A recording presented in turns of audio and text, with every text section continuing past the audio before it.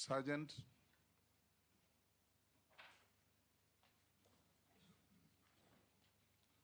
The room is hot.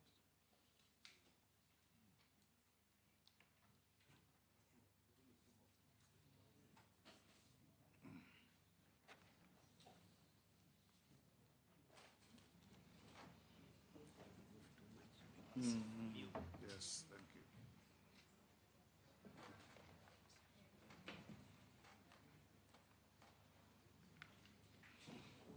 Nimo ko tayari?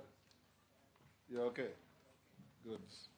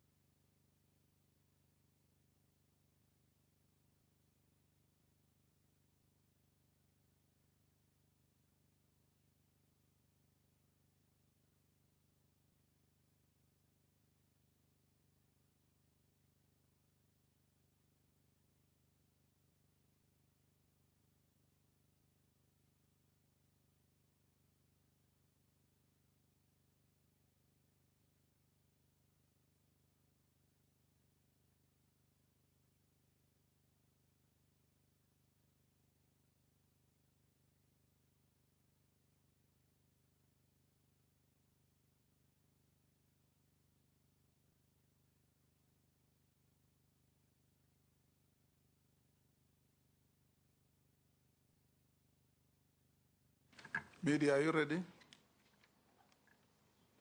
You are?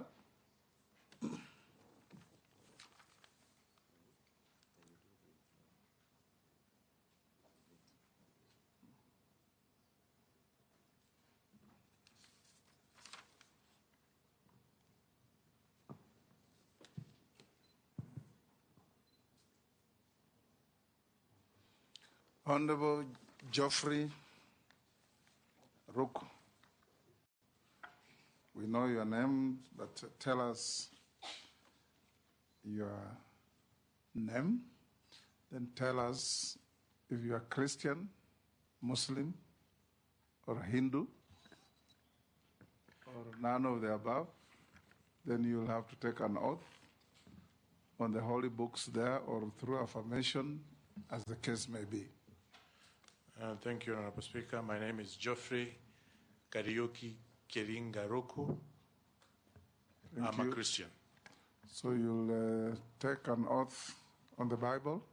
Yes. So you may be upstanding. Hold the Bible in your right hand. Raise it and recite the oath. I, Geoffrey Kariuki Kiringa Ruku, do swear that the evidence I shall give before this committee on the matters under its consideration shall be the truth, the whole truth, and nothing but the truth. So help me God. Take your seat and sign to the oath.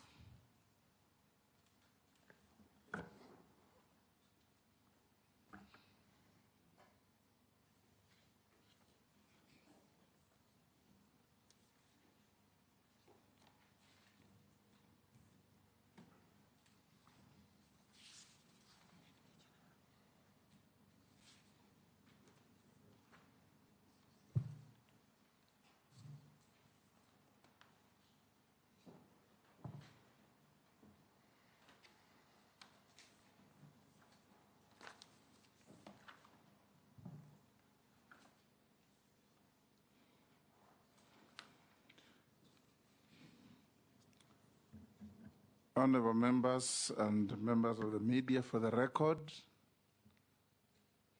Geoffrey Ruku is a sitting member of parliament. He's a colleague to all members of this panel, and he's been sitting and continues sitting in the chamber with them. That notwithstanding, members will ask you incisive questions to determine your suitability or otherwise for the position to which you are nominated. We'll start with an introduction. I'm the chairman of this committee, the Speaker of the National Assembly. I'll ask Honorable Junet. Honorable Junet Mohammed, Member of Parliament, Suna East, Minority Leader, Member of this committee. Nelson Koech, Member of Parliament, Belgut, Member of this committee. David Kosing, MP Poko South, Member of this committee. Robert? I'm Ferdinand Wanyonyi, Member of Parliament, Kwanza, Trans Nzoia, and a member of this committee. Abdul Rahim Daoud, MP for North Imenti, Meru County, and a member of this committee. George Gitonga Murugara, Member of Parliament for Tharaka Constituency, Tharaka Nithi County, Member of the committee. Millie Odhiambo Mabona, Member of Parliament, Suba North, Minority Chief Whip, and member of this committee. My name is Owen Bayer, Member of Kilifi North Constituency, Deputy Leader of the Majority Party, and a member of this committee. Robert Mbui, MP Kadhiani, Deputy Leader of the Minority, and a member of the committee. Stephen Mule, MP Matungulu, a member of this committee. Dido Raso, MP Saku, a member of the committee. Abdi Shuri, MP Balambala, member of the committee. Mishimboko, MP Likoni, member of this committee. Caleb Amisi, MP Saboti, a member. Naisula Lesuda, MP Samburu West, and a member of this committee. Thank you. The clerk. My name is Samuel Jeroge, Clerk of National Assembly. I have with me officers of the National Assembly who are assisting in the Secretariat, led by Deputy Clerk Misera Kioko. Thank you. Honorable Ruku, will you hand over your documents to the sergeant to pass on to the clerk for verification before we start?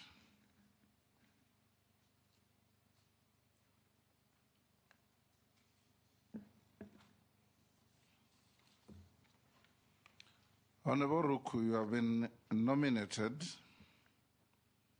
by His Excellency the President to be Cabinet Secretary for Public Service, Human Capital Development, and Special Programs. As a nominee before this committee, give us a concise and precise story of your life. Who is Ruku? What do you stand for? Why do you think you are suitable for this nomination? In not more than 5 minutes. Thank you, Honorable Chairman, Honorable Speaker. My name is Geoffrey Kiringa, as I've mentioned. I was born in a village called Gogore village in Getipori Sub-Location, Getipori location in Bere, North Sub-County. I was born in the year 1978, February date 15th. I went to school in our local primary school called Getipori Primary School, proceeded to secondary school, Chicago Boys High School, which I later joined Catholic University of Eastern Africa, where I studied Bachelor's of Commerce. And later, I joined the University of Nairobi, where I did a postgraduate diploma in diplomacy and international relations. Later, I joined the same institution, University of Nairobi, where I did Masters of Business Administration in Finance. And I graduated in the year 2009, then joined Embassy of Israel. But before then, I taught at Kenya Polytechnic then, students who are doing diploma in diplomacy and international relations. Later, I went to work with Oxfam GB for a period of 6 months under the Pan-Africa program.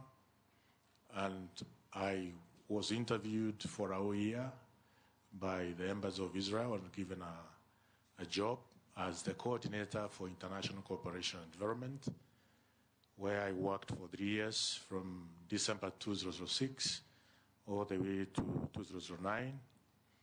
And I ventured into business sector, where I started my registered company called Carbon Man Africa.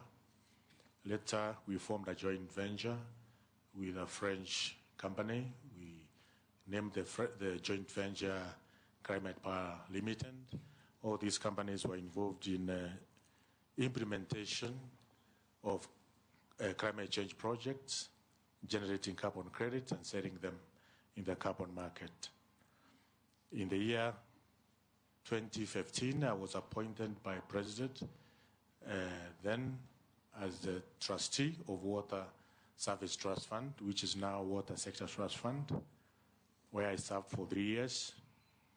And later, I also worked in South Africa for 2 years, from year 2013, for 2 years, from the year 2013 to 2015, as an independent contractor implementing raw carbon project, Propua raw carbon project in Madagascar, Malawi, and South Africa.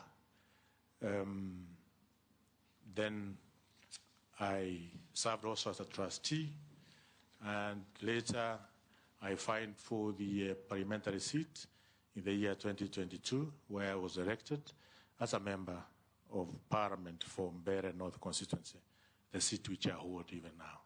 Thank you, Honorable Chairman. Thank you. I'll now invite members of this committee, starting with the minority leader, to ask questions. And like I said, concise, precise answers. No personal engagement in terms of arguments or whatever with the panelists. And members, even of you has a personal relationship that clouds your questioning of Honorable Ruku, you can say so when it gets to you. But we all know you are in the same house, so save us time by not telling us, oh, I'm a member of parliament with Ruku. We all know that. Junet? Thank you, Mr. Speaker. Mr. Speaker, I would like to ask the nominee that in 2023, you proposed an amendment to the Anti-Corruption and Economic Crimes Act seeking to decriminalize aspects of public procurement, fund management, property disposal, and contract tendering, as stated in section 45(2)(b) and (c) of the Act. And the bill faced opposition from stakeholders, including the ODPP and the Attorney General, who argued it will undermine anti-corruption efforts. Do you still uphold the objectives of the proposed amendment? In your view, was the criticism of the proposed amendment justified? And secondly, this one is, we are, looking at your suitability to be a cabinet secretary. And having served with you the last 2 years in Parliament, in the National Assembly in particular, you came out to me as somebody who was a bit hawkish in terms of when differences occur on the floor of the House, you looked a bit protective of the side that you represented. And as a cabinet secretary, you'll be serving the whole country, irrespective of their political affiliation and all kind of things. To the extent you appear to me to be almost like a bodyguard of a leader in Parliament. So what are your views on those? Thank you so much, Honorable Chairman. I will start with the second question. Article 10 of our Constitution talks about the national values and principles of governance. The national values and principles of governance, Honorable Chair, which I subjected myself to these values, serving as a member of parliament for 2.5 years now. And these are the same national values which I will carry on if I am nominated as a cabinet secretary. The Constitution. You are already nominated if you are found suitable. Thank you. If I am found suitable. Because before I have been serving and preserving the interests, first and foremost, the interests of the people who elected me, the people of Beira North. But in my capacity as cabinet secretary, I will serve the entire nation without favor and without fear.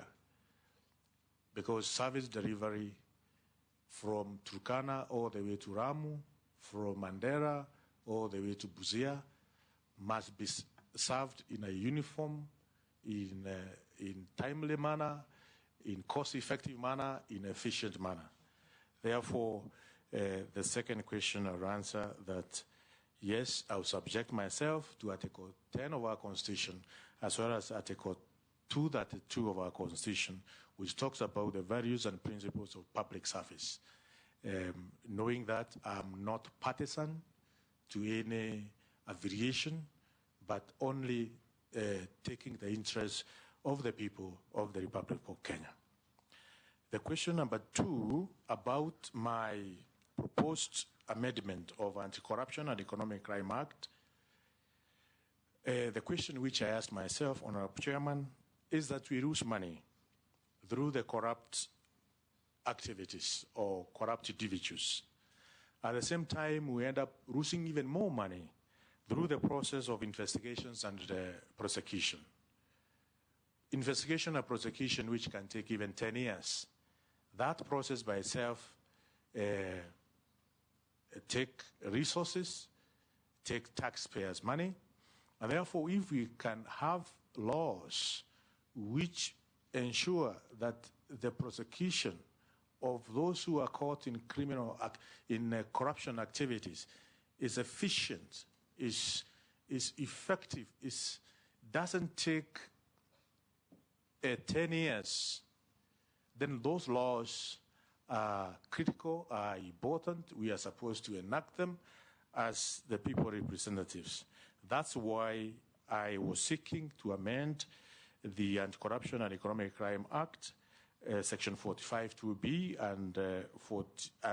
and C, because also we have an alien word in this section, and that word is prior planning, which is not defined in the Public Procurement and Asset Disposal Act of 2015. The law should be able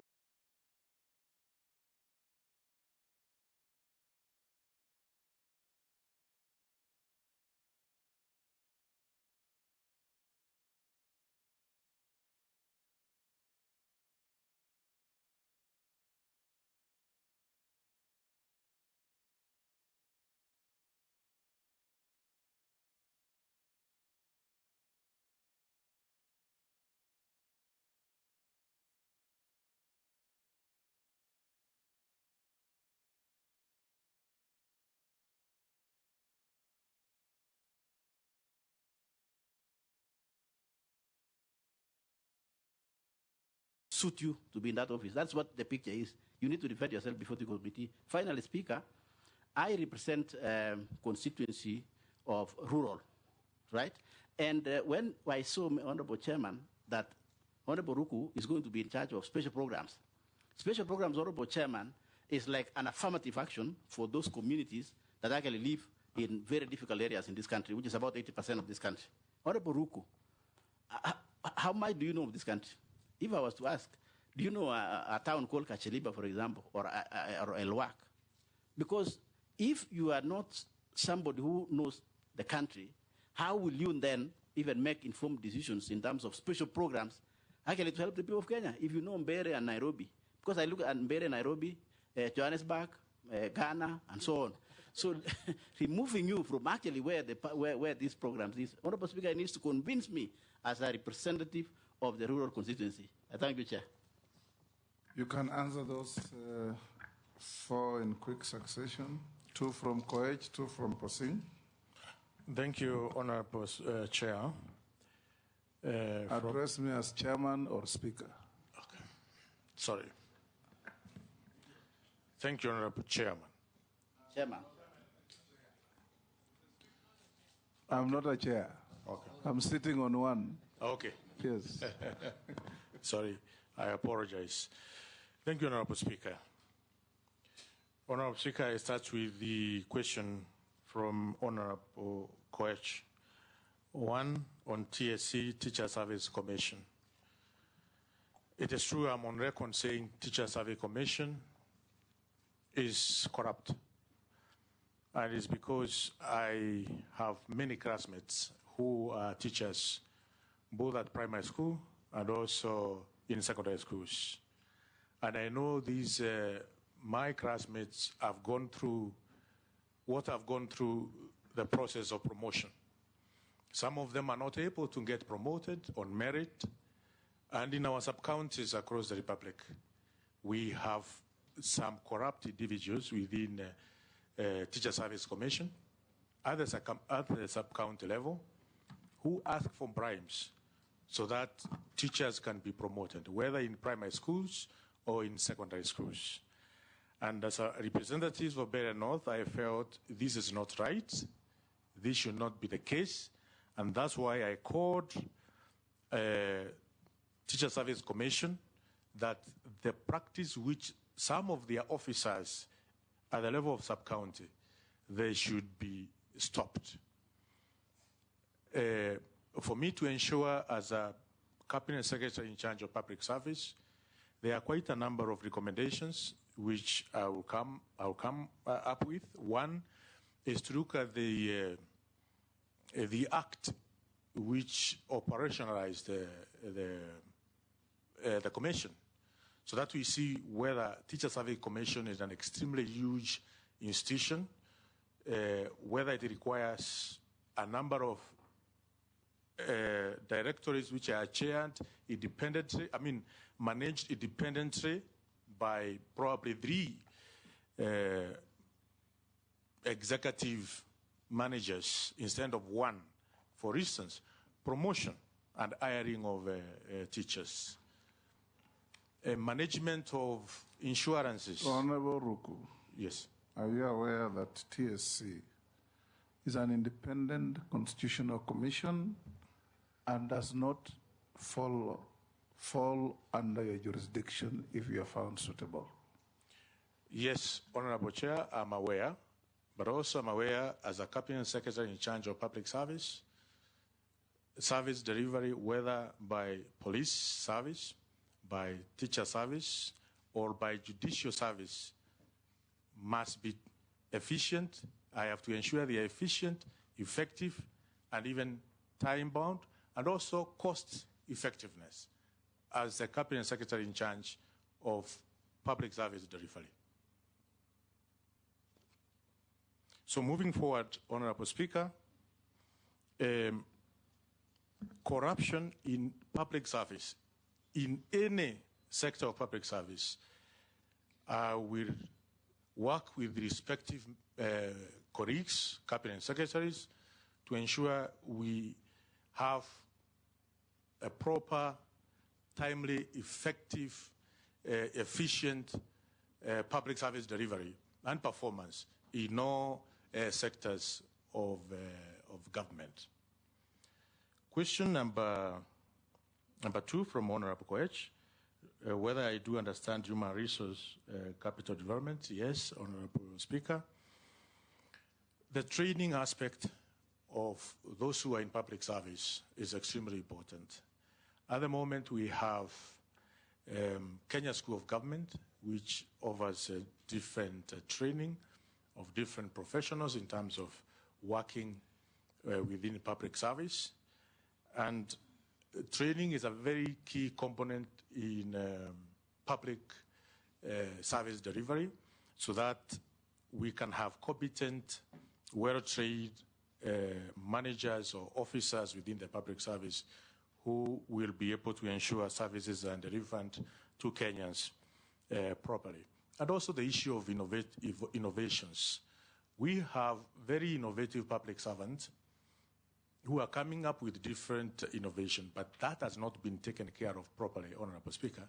And I will move with speed to ensure those who are within public service, they can be able to do research, they can be able to be innovative, so that, and even we can motivate them through some legal, we can come up with a legal framework on how to ensure they are properly compensated, the innovations are properly compensated, so that instead of having foreign innovations coming to our government, we have local Kenyans, we have individuals within the public human capital development competitive and responsive to the needs of the people of the Republic of Kenya.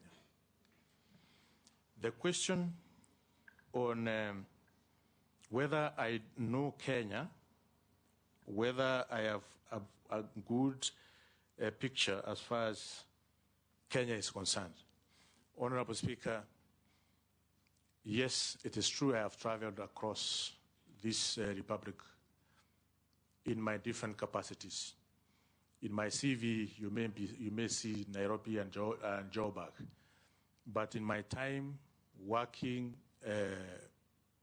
teaching as at Kenya School, Kenya Polytechnic, working with the Embassy of State of Israel, implementing carbon credit project in Kenya. I have gone in many countries, and it's true. For instance, we were doing a different research in Kapenguria. With when you are in the private sector, you tend to also add value to different other companies which I may not have put on my CV, but it is true I have worked in different corners of this country. True, I have not been in a county like Mandera, but I have been in quite a number of, sorry? I have been in Kisumu County. I have been in Mombasa County. No. I'm just saying the counties which have been, and by the way, I come from a marginalized community, which is also a semi-arid. And when you look at the research, the issues affecting the people of Bere, where the constituencies which I represent, they are very, very similar to the issues affecting the people of Tana River, the issues of the people of Turkana and other corners of this country. Bere North is one of those constituencies that receive food distribution or food relief from the special program. And I know how this special program has really assisted the people of my community. And not only food distribution, also it is important to note that Bere North constituency receive porridge from Nakanek for all students, all pupils who are from PPP to all the way to grade 4. So my constituency, which is marginalized, is similar to all the constituencies which are marginalized in 23 counties, which are under arid and semi-arid areas. Therefore, having faced these challenges firsthand, having talked to the people in the special program to distribute food relief to my constituency, having talked to the people in the Ministry of Education under the NACONEC to ensure the children of Bere North who are in Roa Primary School are getting porridge every morning. I know the challenges affecting the children of Kenya in semi-arid and arid counties in the Republic of Kenya. And I will endeavor to ensure not only my children who I was representing are getting porridge and getting relief food, but another relief commodities, but all similar constituencies we have under these 23 counties in the Republic of Kenya. The last question was about... From your legislative proposals, you come out as being anti-corruption. That's what he asked. Can you answer that? Honorable Speaker, if you read the objects of amendment of Anti-Corruption and Economic Crimes Act, we are very clear that the act seemed to criminalize frauds within the Public Procurement Act, which essentially should be criminalized. But at the same time, the criminalization of these frauds should not also make Kenyans, taxpayers' money be lost in an undue process of prosecution and investigation. Honorable Speaker and my colleague, Honorable Kosin, will agree with me. Many cases, many corruption cases have been withdrawn. Many corruption cases have been acquitted. But monies, huge amount of monies, taxpayers' monies were lost. Acquittals have been there, withdrawals have been there, but monies from taxpayers were lost. We have not seen anyone asking that question. What happens because we acquitted this, but monies were lost? So there are other methods to ensure we are not going to lose money through corruption and at the same time lose monies through investigation and prosecution processes. That Kenyans lose two ways, through corruption and through administration of justice. So I am not in any way trying to promote corruption. Number two, Honorable Speaker, about the Assembly and Demonstration Bill. The Assembly and Demonstration Bill does not limit them. What this Assembly and Demonstration Bill is trying to endeavor is to protect the rights of other persons who may not participate in demonstrations, in assemblies, in picketings, and presentation of petition to public authorities. They have also the right to enjoy the natural state of environment which they conduct their business in. They have the right to go to hospital without intervention, children to go to schools without any hindrances. So also the right of children, the right of those who are sick need to be protected. So I was seeking to ensure we conduct demonstrations in the Republic of Kenya without causing damage, without without losing life, because we have lost lives in demonstration. No life that should be lost because of demonstration. No property that should be destroyed because of demonstration. Children of the Republic of Kenya should go to school any time when the school is open. We have seen schools getting closed in this republic because of demonstration.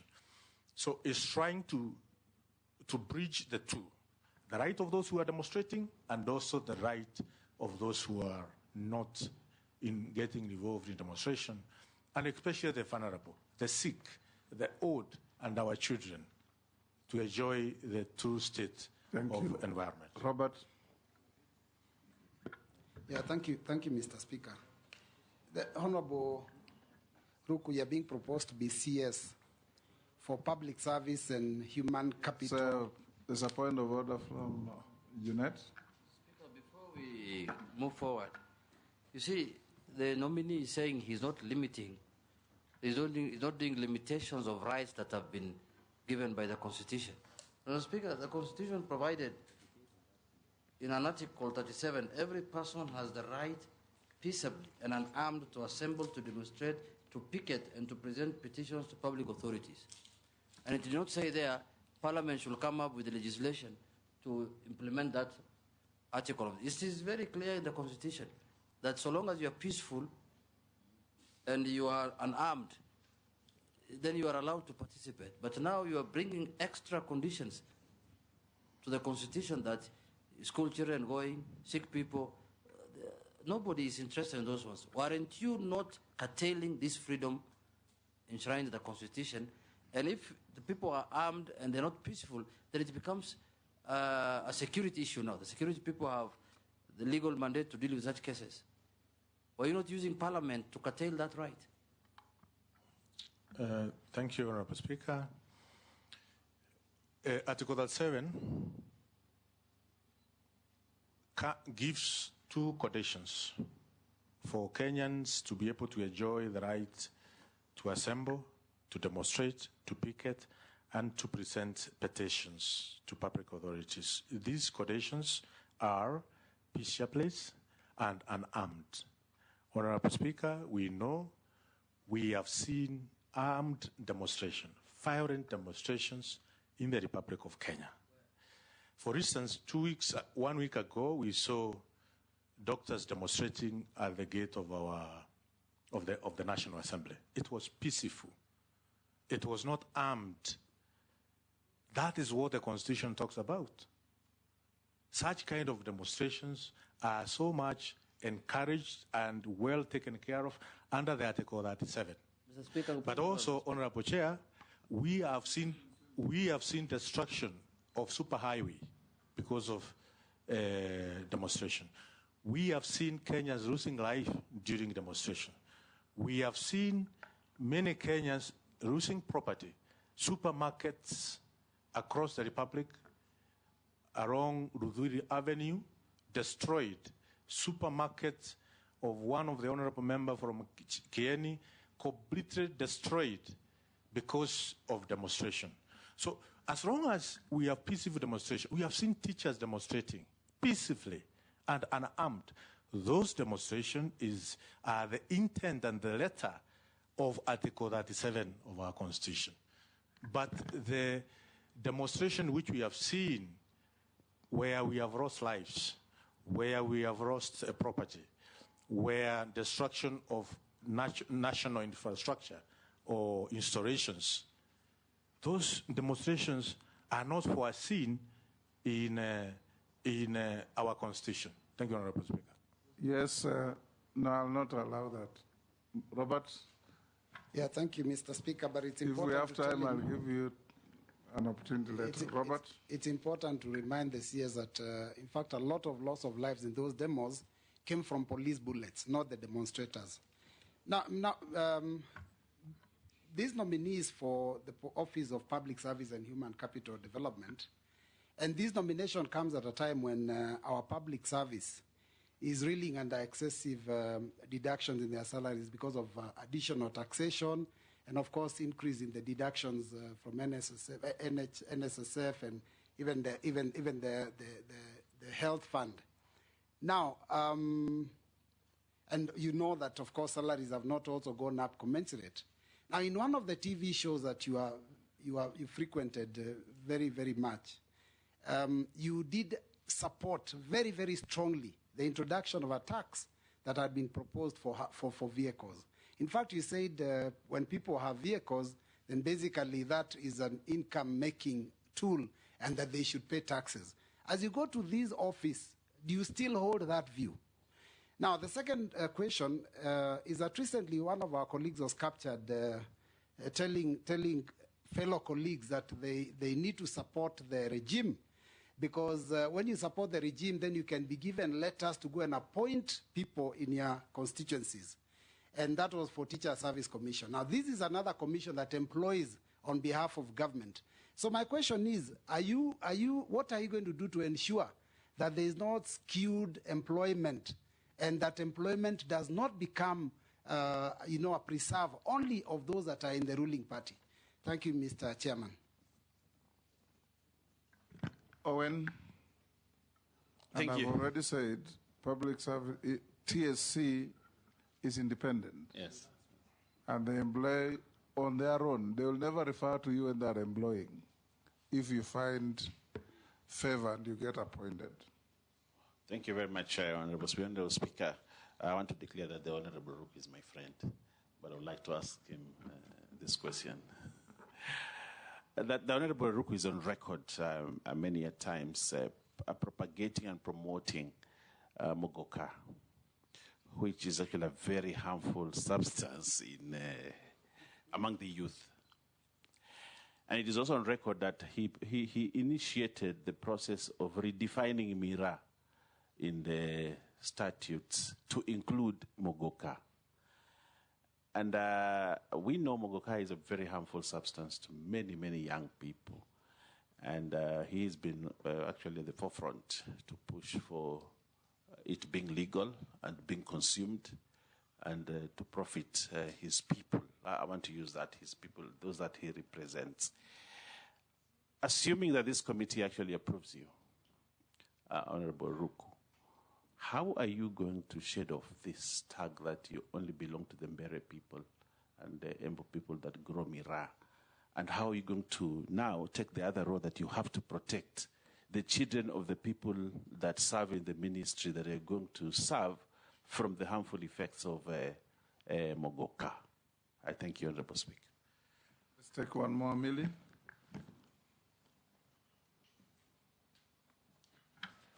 Thank you, Mr. Speaker.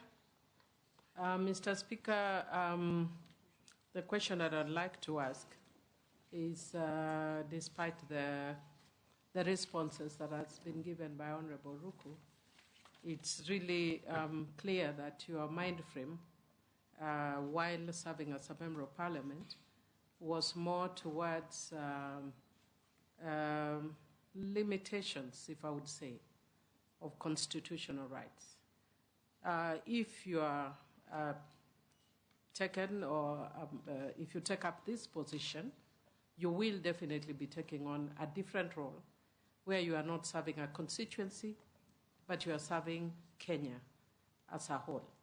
When I look at your CV, in your earlier life, you worked a little bit with the human rights sector, Oxfam, GB, and all that. And you worked a lot on issues of gender-based violence, amongst other things. It may be a long time, and maybe that's the reason that you have deviated a little over the years.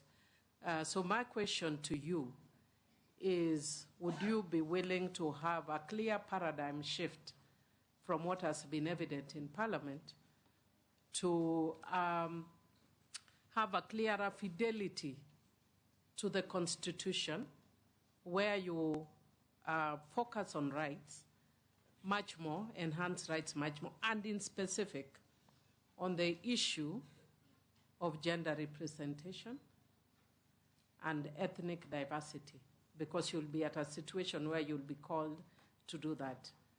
I'm just a little concerned that going by your mind frame while in Parliament, you seemed more guided, your philosophical leaning was more towards limitations.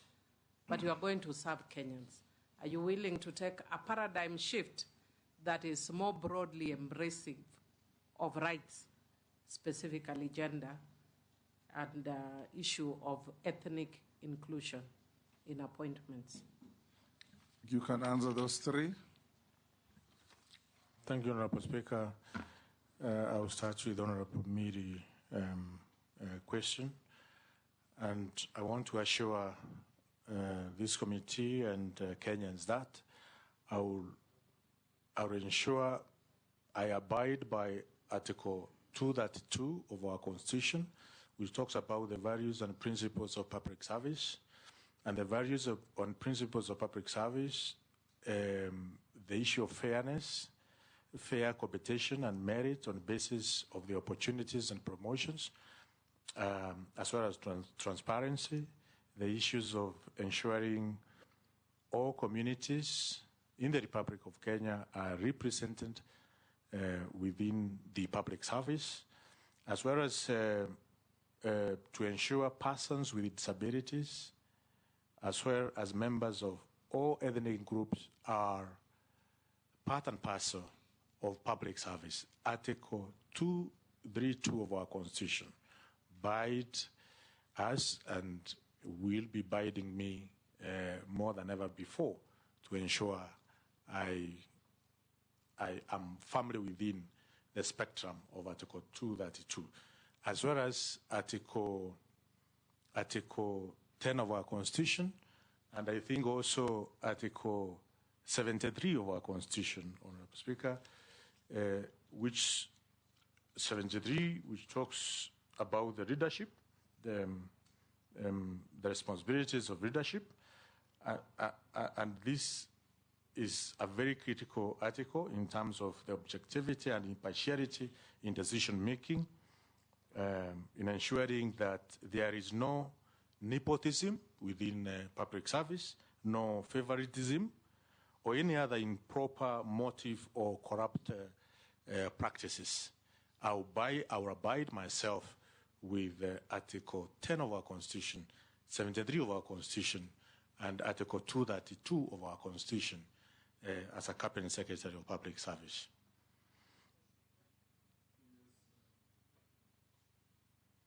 Thank you. I think that's a good, fair comment. I'm just wondering, because you focus a lot on the issue of equality, I don't know what your perspectives in the Constitution are on equity, which is affirmative action, because you've not mentioned the component of gender. Because sometimes in being fair, you exclude, especially for a person like you who comes from a marginalized community. How do you intend to ensure that women are included, minorities are included? Of course, you've mentioned disability, so I won't harp on that. Thank you, Honorable Speaker. Honorable Speaker, I'm record on Assans. I asked a question directed to Teacher Service Commission and also Public Service Commission on matters equity, on the issues to do with equity, and they responded my question. So even as a member of Parliament, I'm on record having asked a question on equity, and probably I can directly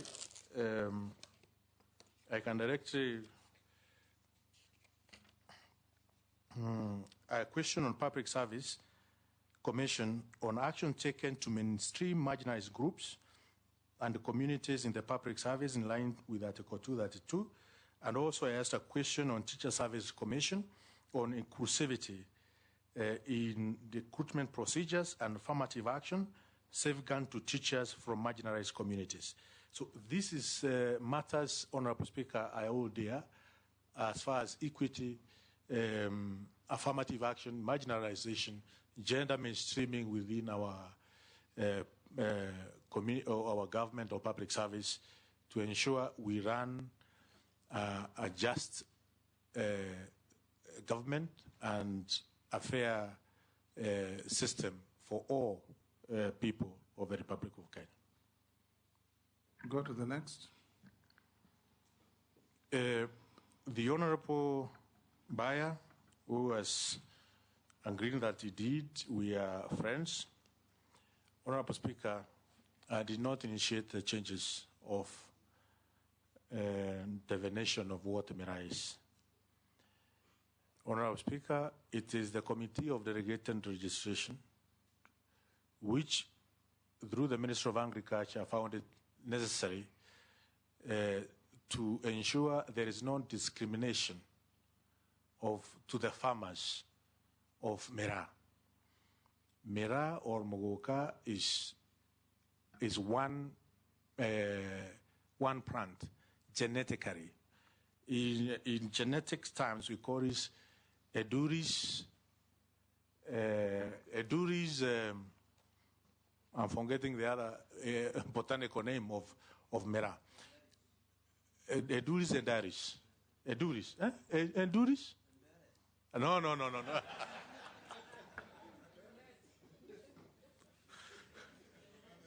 Don't be misled.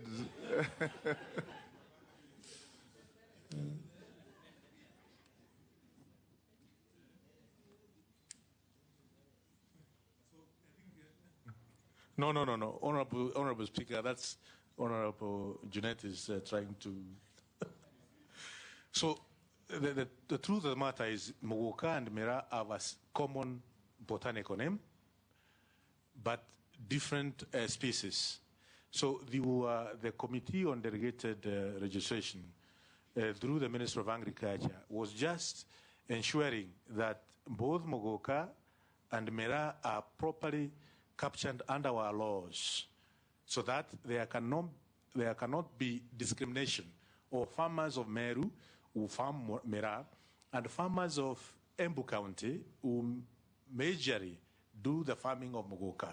And it's not only farming of mogoka happens in Embu County, but also in Makwiny County, at the moment in Nyeri County, in Murang'a County, also in Nakuru County, even Machakos County. We have farmers who are doing the farming of mogoka. In Meru University, Honorable Speaker, we have an institute which is dedicated to the research of Mera. And all the matters, all the questions in terms of what my Honorable Mbaya is trying to claim, that mogoka is harmful, Mera is harmful, these are questions which can be answered by a government institution known as Institutes of Mera under the University of Meru, where we have researchers or professors doing the research in matters mogoka, matters Mera. And not only the chewing of Mera, but also value addition of mogoka and Mera.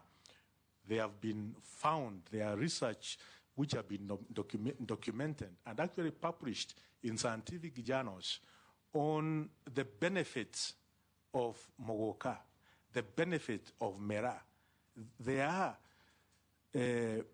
scientific published journals from Meru University, also from the School of Biochemistry, Kenyatta University, done by one Professor Mario Pierongoge, who is a very good researcher now, the acting dean of School of... Two very quick ones. One in relation to what I think either Robert or the member for Matungulu had asked on. That one you already answered. I told you answer.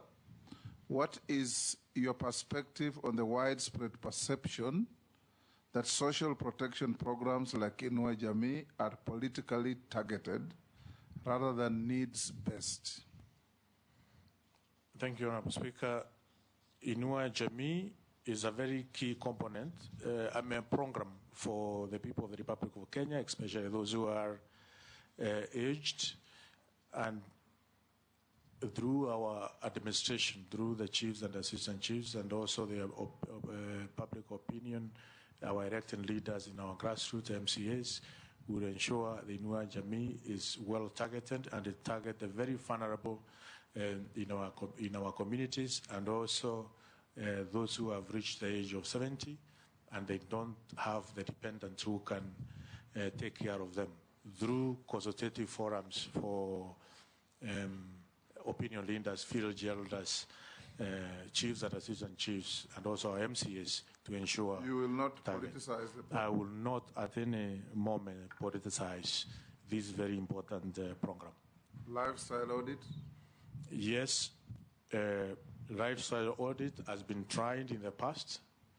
I think it's something that we may want to consider moving forward, so that we minimize to everybody be accountable, especially the public servants.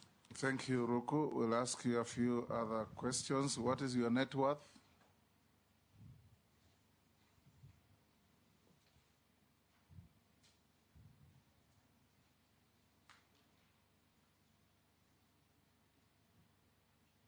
Thank you, Honorable Speaker. Land and buildings, about 40 million. Family residence, 60 million. SACCO and savings, 15 million. Share from private company, 250 million. Motor vehicles, about 12 million, a total of 377 million. Have you ever been convicted of an offense in a court of law? No. Have you ever been adversely mentioned in a parliamentary committee report? No. Do you hold any office in any political party? No. You're not an official of DP? I'm not an official of DP. I'm a member. Have you ever been dismissed or removed from office for contravention of provisions of Article 75 of the Constitution? No. We have received your documents, they have been cross-checked with what we have and have been found in order, so we can now release you to go to your other duties.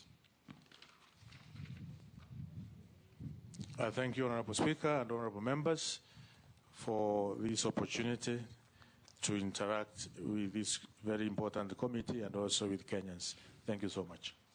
Thank you, and may you have a good afternoon.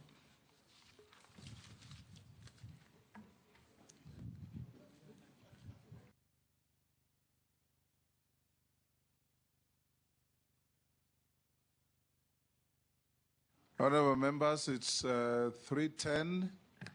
Can we break for lunch for 30 minutes? We resume at 20 to 4, so that we give also the clerks time to clean up the room. Members of the press, you're also invited to lunch.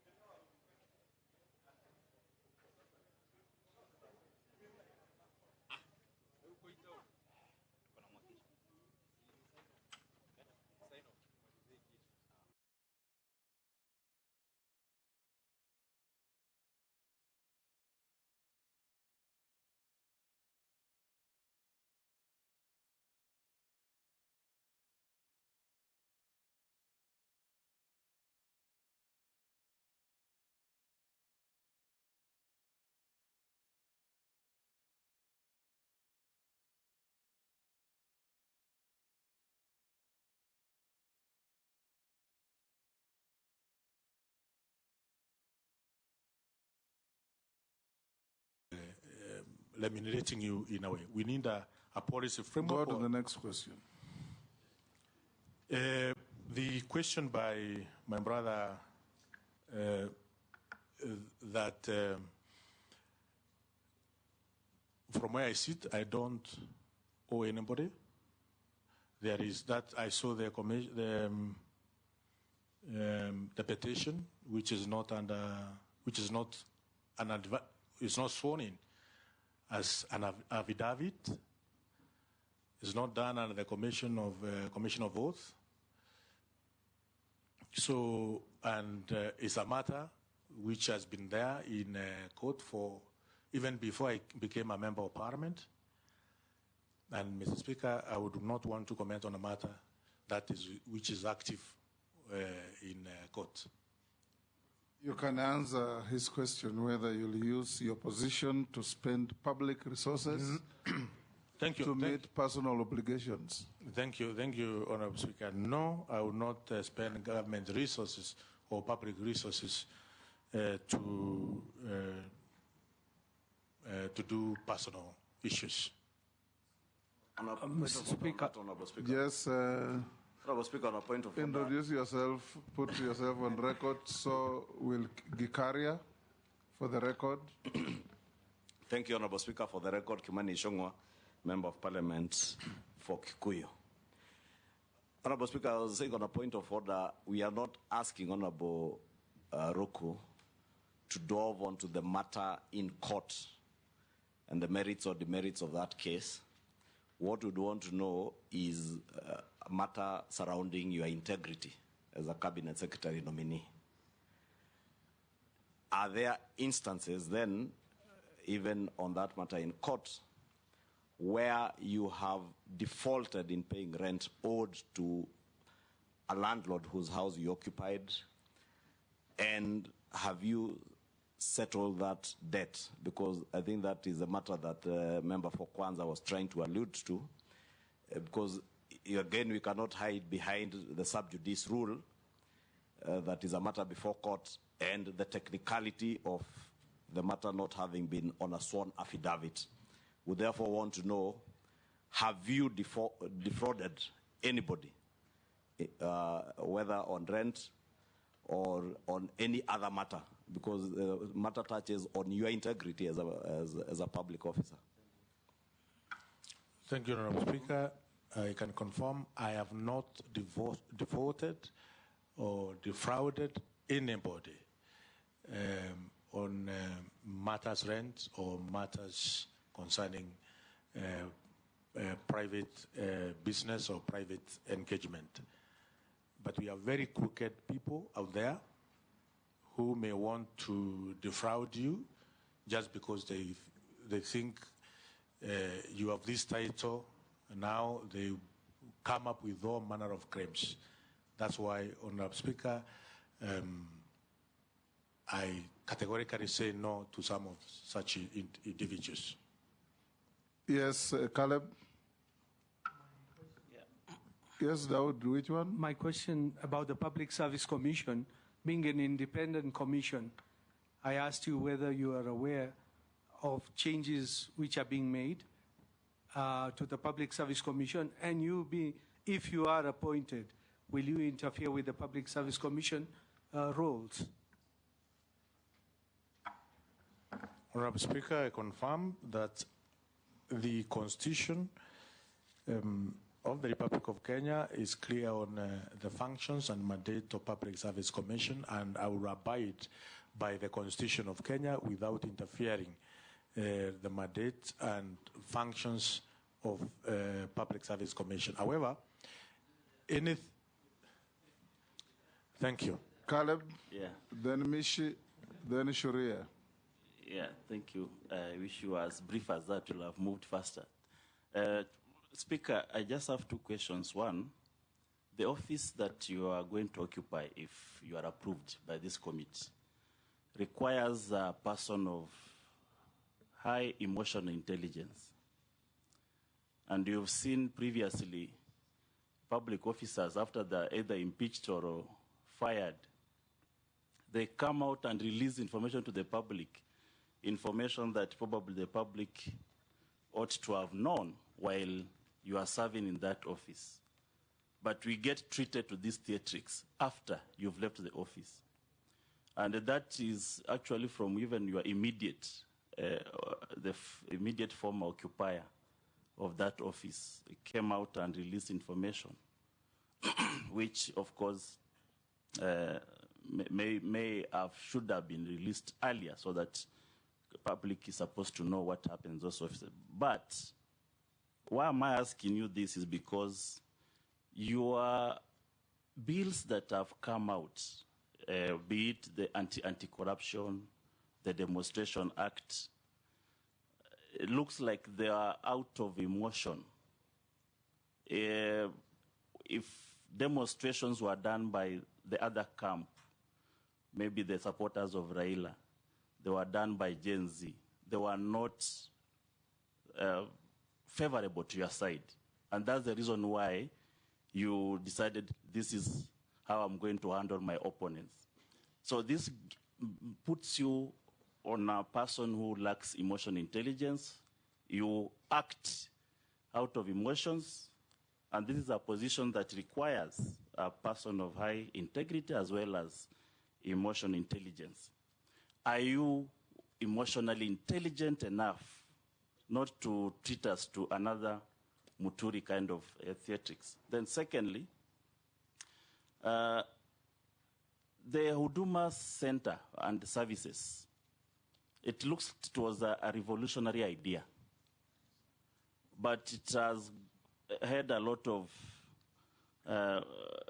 Kenyans have complained so much about the services at the Huduma Center, whether it is working, whether the data from the citizens are protected or are not susceptible to international hackers. How safe is our data? How revolutionary was this idea? And how are you prepared to handle Huduma Center services to the satisfaction of the citizens?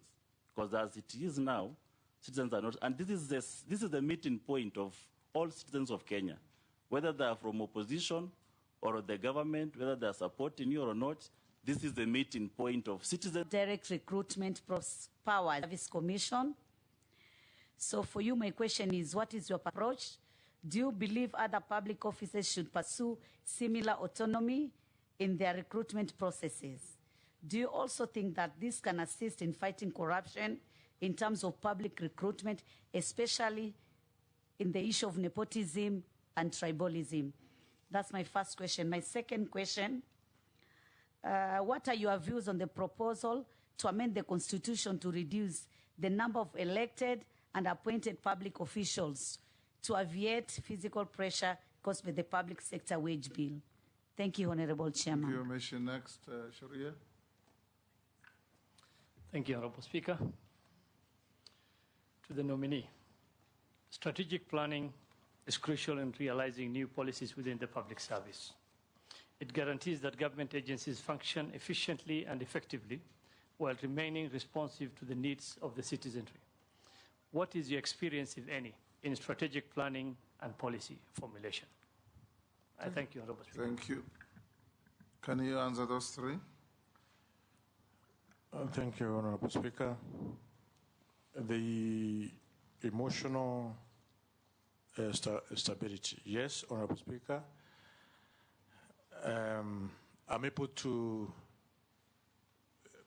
it's not only the two bills which my colleague has mentioned, but also, Mr. Speaker, I came up with the virtue asset bill, which is on different stages of legislative, which is an extremely important bill on matters to do with virtue assets within the space of our republic.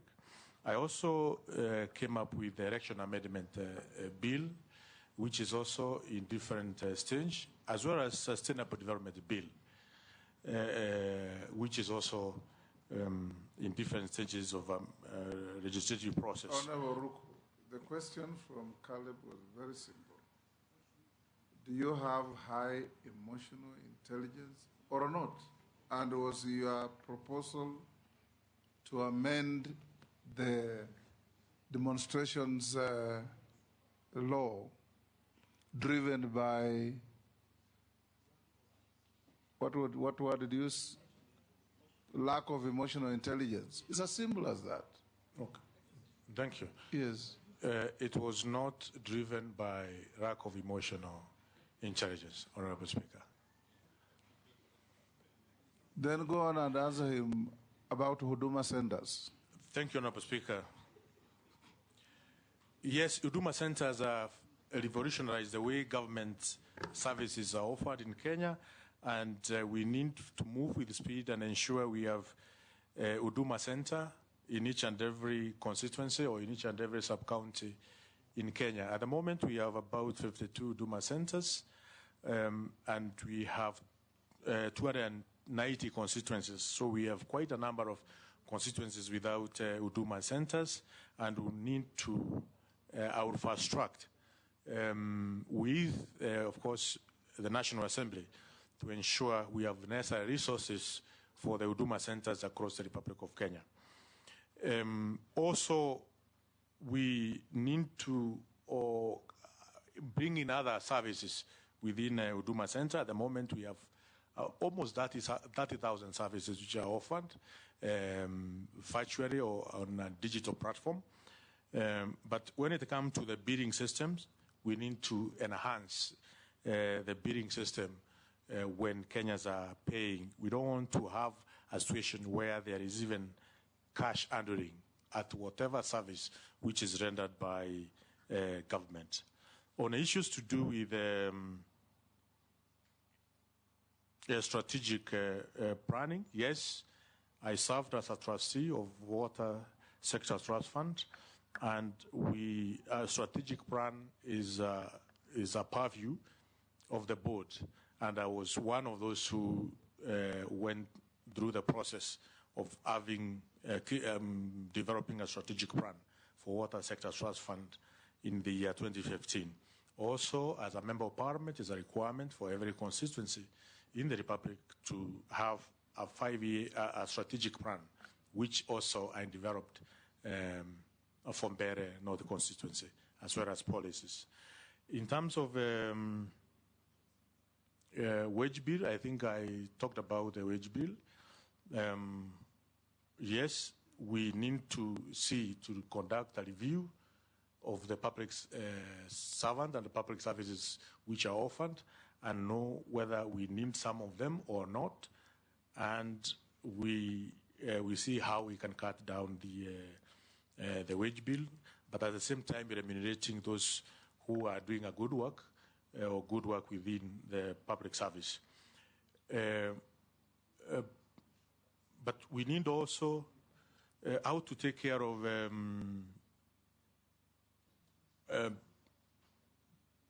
public. His question was, can you remind? Honorable Mishi asked that your predecessor supported autonomy for the AG's office to recruit on their own. Are you also going to support the dismembering of PSC to give autonomy to all other government entities to recruit on their own?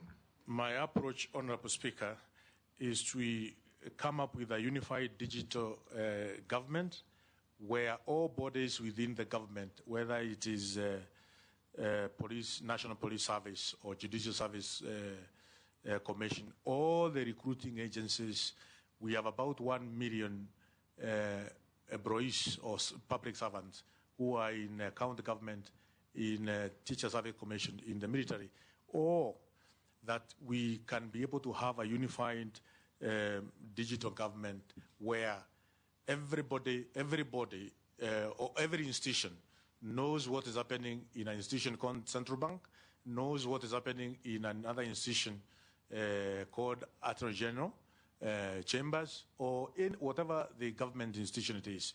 So there is a way we can have a unified a digital government through employing innovations that we need to talk to each other, and every institution has an autonomy of carrying out their mandate properly, but within the laid down public service regulations. Point of order, Speaker. Point of order.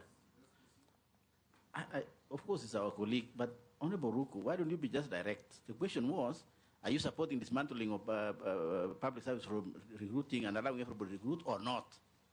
This idea of digitization, how does that come into that question of answering? Honorable Ruku. Honorable Speaker, I said I will abide by the functions stipulated on the Constitution as far as Public Service Commission is concerned. Sufficient. Yes. Can we have Raso, Mule, and then Naisula? Thank you very much, Honorable Speaker. Honorable Ruku, I believe you are familiar with the phrase, Caesar's wife must be above suspicion.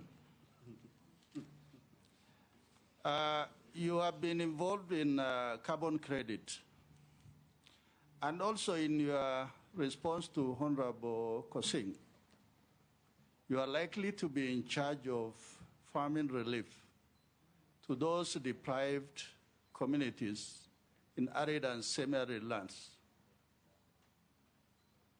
My question is, are we going to trust you that you sitting at an elevated position are not going to enrich yourself or those around you? My second question is, going through your CV, I note that you have not worked with mainstream government. And further, you have worked with foreign governments here in Kenya by association or by doing business with them. Are you familiar with Official Secrets Act? And if so, how will you be bound by it? Thank you, Honorable Speaker. Mule. Thank you very, Honorable Speaker. Nominee, first I want to pick from where Ichung was left on the issue of integrity. And I've heard you say very clearly that you don't owe anybody. I just want to remind you, you are before this committee under oath. And if we sit down as a committee and we find that you lied to us, how do you want us to treat you as our colleague? Secondly, in the realignment of the government, it's perceived that everybody joining cabinet is an expert, and it can be alluded for the last nominations we have done. Are you experts in public matters? And what is your expertise? Thank you. Naisola. Thank you, Chairman. So, listening to my colleagues and most of the perceptions that are out there, you know, depending on the laws that you proposed, so it seems that, and even what others would think, you're abrasive on the positions that you take them so strongly. I'd be keen to hear from you what leadership skills you'll be bringing to the table, from hearing from you, and not just the perceptions that probably we have or colleagues might have that you'll be bringing to the table.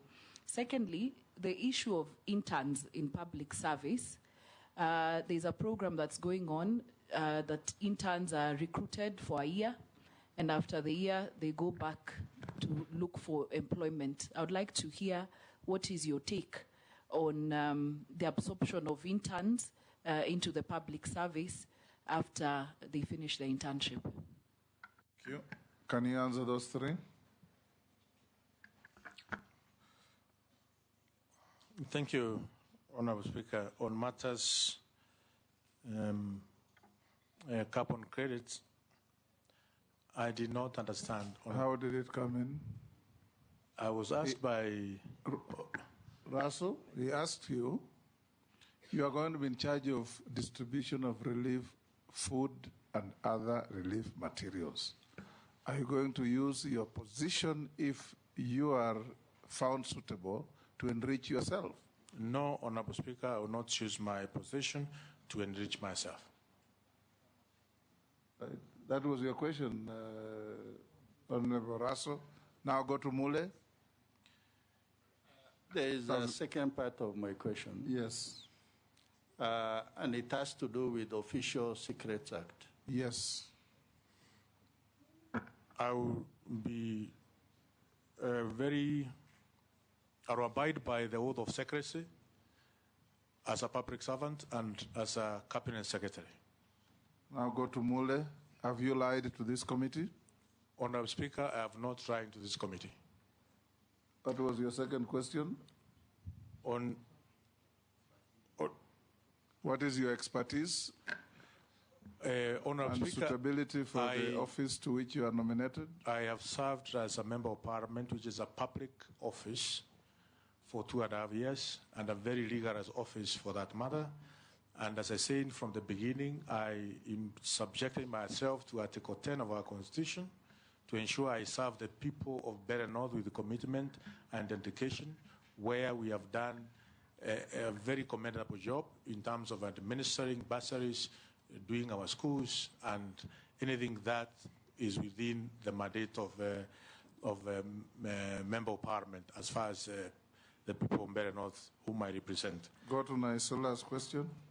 In terms of leadership, I'm very firm when it comes to what I believe in, and I think as a cabinet secretary, I will serve the people of Kenya firmly to ensure service delivery trickle down to the very remote places and corners of the Republic of Kenya, and they are done timely and efficiently in all corners of the Republic of Kenya, firmly. Yes, Robert? Yeah, we need to put the record straight, Mr. Speaker, because the nominee has said that as a member of parliament from Bere, members of parliament administer bursaries. I think that's out of order, and he needs to withdraw that statement because we do not administer bursaries. We give oversight. You know, we oversight to ensure no discrimination whatsoever. Yes. Thank you. And they have performed that excellently, Honorable Speaker. Majority Leader Hold, Gikaria, introduce yourself. You came late, then ask one question. Then we close with And the interns. Thank you. Oh, yes, absorption of interns. It is true the internship is done between 6 months to 12 months at the moment, and we need to enhance the internship program in terms of once you finish the internship, what happens next. At the moment, there's no even certification which they are getting. I will ensure any young person who has done internship with the public service gets certification, and we put as another advantage in terms of recruitment in other government institution that if you have served as an intern, you have another advantage to get a job if you do qualify for the role which you have applied. Thank you, Honorable Chair, and my apologies. Honorable, my name is David Gikaria. I represent Nakuru Town East constituency. Thank you, Chair. Mine is about productivity from the public servants. Honorable Chair, occasionally it's a policy, a labor law policy where a worker has to go on leave. Honorable Chair, I've been looking at some reports from the Public Service Commission. Thousands of public servants do not proceed on leave for various reasons. Maybe they just protection of their position and things like that. And leave things. So what I'm just saying, Honorable Speaker, is what is he going to do to make sure that public servants proceed on their leave on time, mandatory leave? Thank you. Yes, Ruku. Honorable Speaker, in terms of productivity from the public service, yes, we will ensure that we have accountability as far as public servants are concerned. The output, to ensure the output is measurable, we come up with such innovations as timesheets, which shows that indeed you have gone to workstation and you are doing as per the required of your workstation of your or other service which you are offering to the public. So these will be tools, some of the tools which you will use to measure your output, and in that case to ensure you are productive within your work station. And this should be mainstreamed across all the government institutions or all the government ministries. For instance, I can give an example, if you allow me, Honorable Speaker, that in judiciary, we have a prosecutor, we have an investigator, we have a magistrate, and if one of them is out of the workstation, one of them does not do his or her job properly, then the entire process is derailed. So we ensure that if you are on a case, an investigator, you do your investigations timely. If you are a prosecutor, you don't go to a magistrate and request 2 months to do the investigations, you know. So that Kenyans can have value for their money. On retirement, the policy at the moment is that once you reach the age of 60, you should proceed to retirement. We'll ensure the process is, the system is digitized. We know when you got into employment, when your date of birth, and by the time you are 18, 60, unless the very specialized skills which may be required within the public service. Of course, through the recommendation Public Service Commission that you may have 2 years probably of the service. But at the same time, we need to synchronize, because when you talk to the universities, professors retire at the age of, I think, 70. When you talk to judiciary, judges retire at the age of, I think, also 70. So we need to harmonize the retirement age. No, I have not said 270. I'm saying there's need to relook the harmonization in terms of which is the right age, depending on the skills which you have for retirement. There should be skills-based. Majority Leader. Thank you, Honorable Speaker. Honorable Speaker, mine will be two very quick ones. One in relation to what I think either Robert or the member for Matungulu had asked on your experience.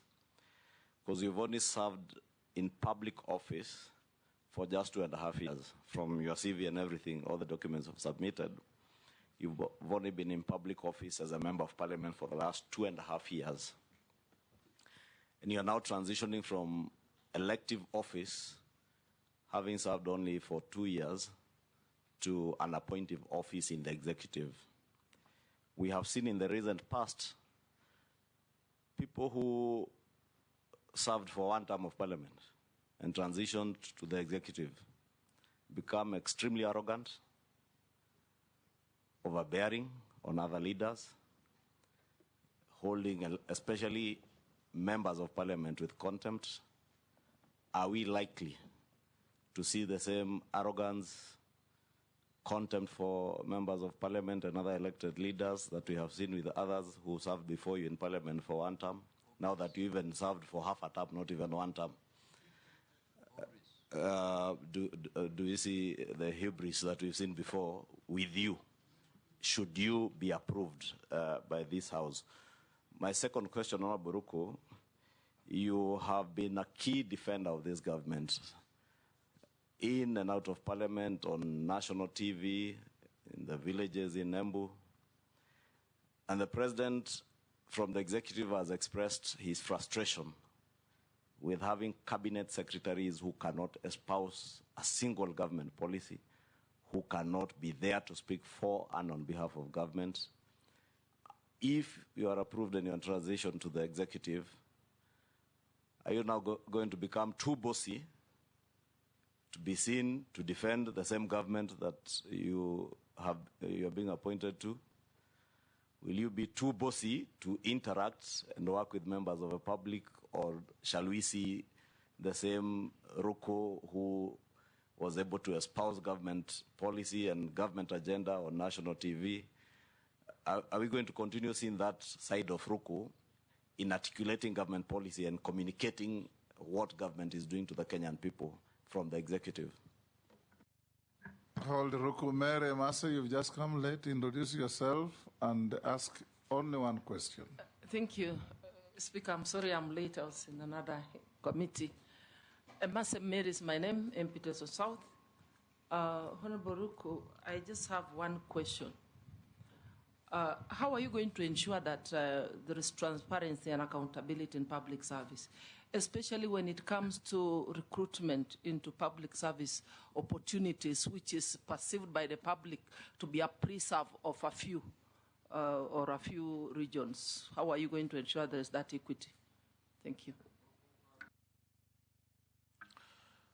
Thank you so much. For Honorable, I must say I responded to that, Honorable Speaker, that the Constitution, Article 232 and 10 of our Constitution, I will abide by that to ensure no nepotism, no corruption as in employment, and more so within the public service.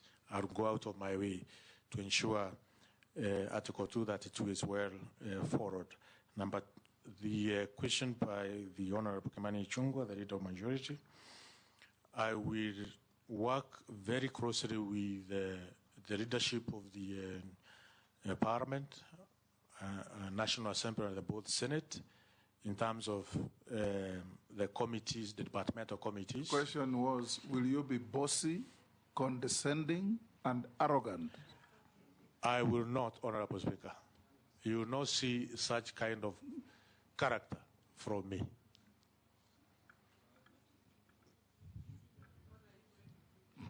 Point of order, Speaker. Let him answer a master's question first. I have started with the master's question. Okay.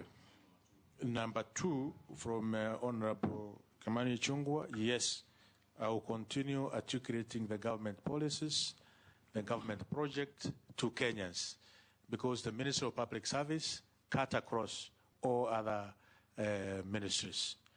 I will do so firmly, and this is a government of the people of the Republic of Kenya. All services which government is offering, I will continue articulating the government policies and why they are doing. Government is doing so. So, Dawood, what was it? I don't know if it was the slip of tongue. He said he will just be working with the leadership of Parliament. Will he work with the other MPs who are not in leadership? I will work with each and every member of Parliament, both the National Assembly and the Senate. Thank you. Honorable Ruku. As well as the county governments, because the public service cut even in the county government. A few questions from the public. What will the Cabinet Secretary nominee do for persons with disabilities? On employment, that you already answered. The public service in Kenya has often faced criticism for nepotism and lack of accountability. What concrete measures will you implement to ensure that recruitment and promotions are strictly merit-based? You have already talked on that. This you haven't, you can answer. What is the nominee's perspective on the widespread perception that social protection programs like Inua Jamii are politically targeted rather than needs-based? The second one that you can answer, what is his stance on conducting a nationwide lifestyle audit of all public and state officers as a condition for holding office? If appointed, would he recommend the same? You can answer those two. The first one, in terms of ensuring those who are physically... that one you already answered. I told you answer.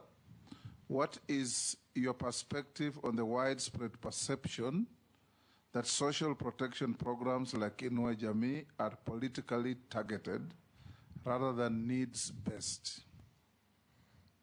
Thank you, Honorable Speaker.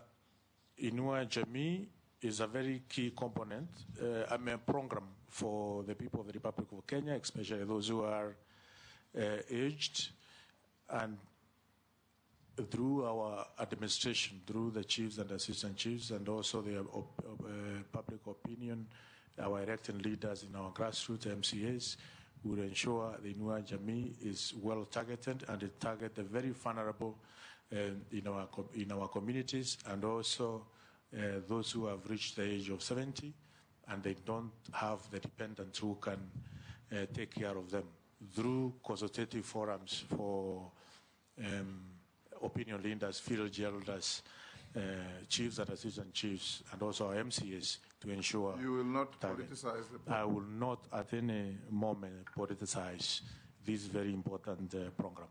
Lifestyle audit? Yes, lifestyle audit has been tried in the past. I think it's something that we may want to consider moving forward, so that we minimize to everybody be accountable, especially the public servants. Thank you, Ruku. We'll ask you a few other questions. What is your net worth?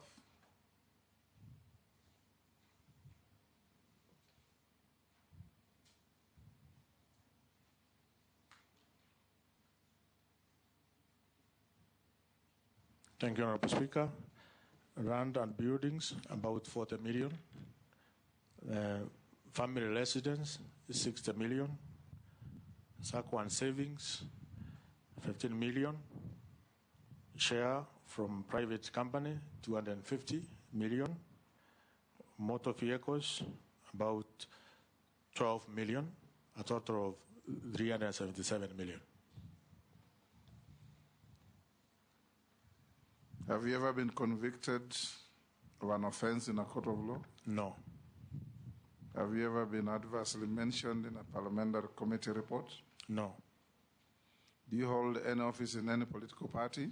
No. You're not an official of DP? I'm not an official of DP. I'm a member. Have you ever been dismissed or removed from office for contravention of provisions of Article 75 of the Constitution? No.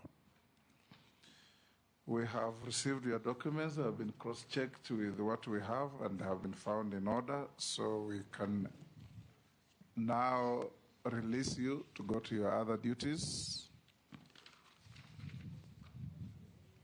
I thank you, Honorable Speaker and Honorable Members, for this opportunity to interact with this very important committee and also with Kenyans.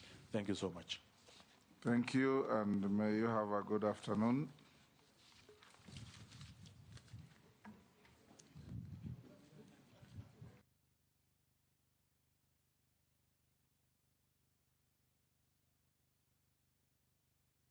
Honorable members, it's 3:10.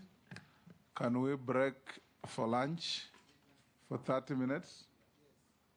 We resume at 20 to 4, so that we give also the clerks time to clean up the room.